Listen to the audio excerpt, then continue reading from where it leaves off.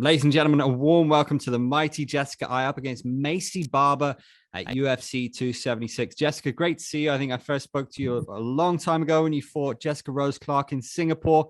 That was a great night for you.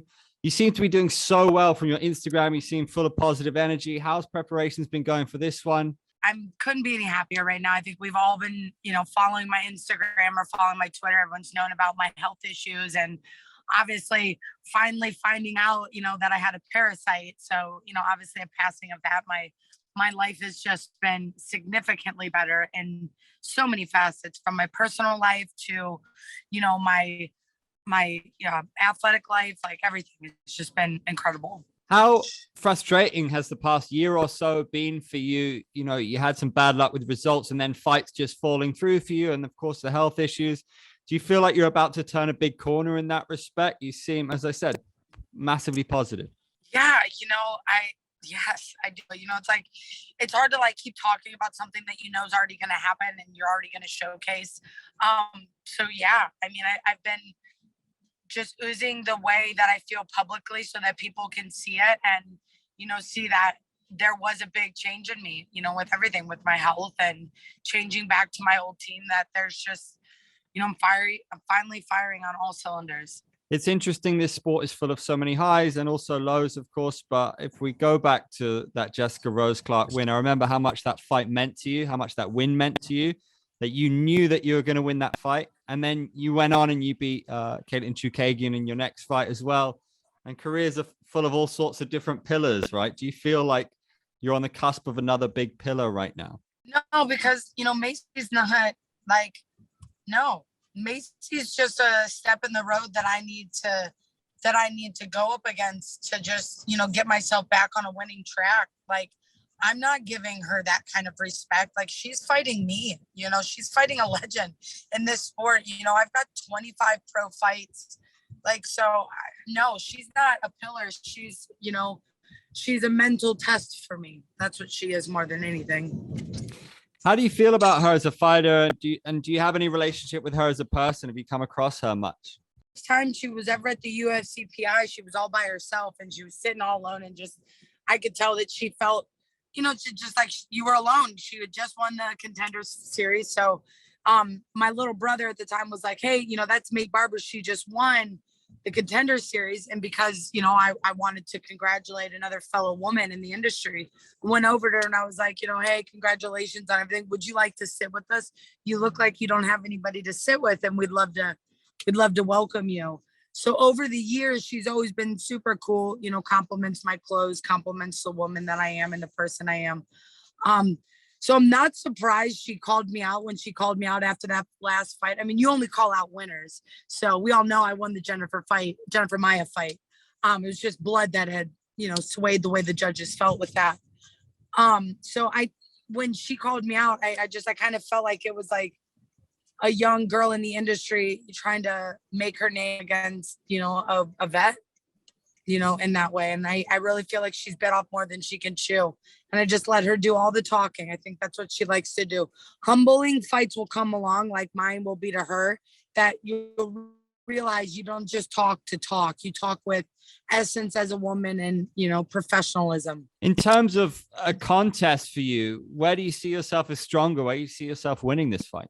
I think no matter where the fight goes, I'm better. But I think ultimately just my level of experience, after watching her fights, and even having my opinion on some of her wins that she had, I see a lot. I see a very young girl in this industry that will have to, just like every single one of us, take her stripes and earn them as she goes and become better. The fact that she thinks, or anybody thinks that Maycee is just going to come in and finish me and beat me up. The other girls that she's fought, she didn't do that to. What makes her think 1 second she's going to come in and do that to me? It was interesting to see that Ronda Rousey said she would come back for Gina Carano. How does that make you feel as one of the most significant women in the history of female MMA? And also, who do you see as the most important woman in the history of this sport? Well, honestly, the two most ultimate women, and I think it even goes back before, in mixed martial arts, but the most notable names that people are going to recognize are going to be, Gina Carano and Chris Cyborg. I mean, let's face it, those two names are who put that on the map. But if you're someone like me who is 15 years in the industry, the who's who were the originals, and women like Rosie Sexton, you know what I mean? Rosie Sexton, Tara LaRosa, Debbie Purcell, they were the original, that were putting on women's fights. How do you feel about the top of the division right now? Because this division changes very quickly, one win and then you're right back in that top 5 potentially. How are you feeling about the top right now? How did you feel about Shevchenko's last fight? What are you looking at right now at the top of the division?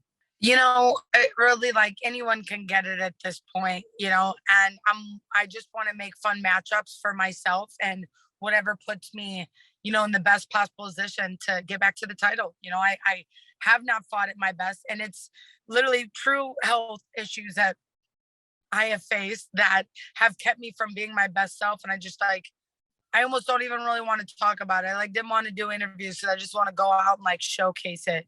I mean, I've been vocal many years in my career about always trying to feel better and always be better than the next.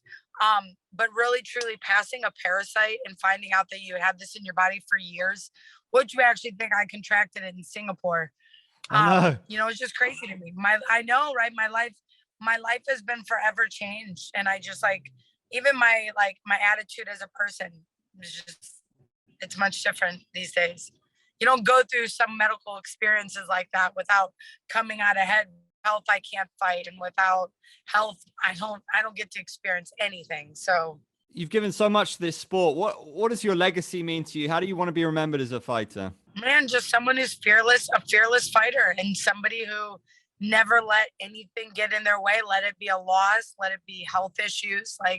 They continued to live the life that they wanted to, and never gave up on what they felt they believed. And I believe in myself. I believe that I'm going to be a champion. I believe that. And whether or not, I'm trying to convince other people who don't know what I do outside of what they follow on social media, I can't convince someone of what they don't know. Is there something special about Cleveland? We've seen Stipe, we've seen the Cavs many years ago. Is there special kind of Cleveland strength, Cleveland attitude? I've not been there myself.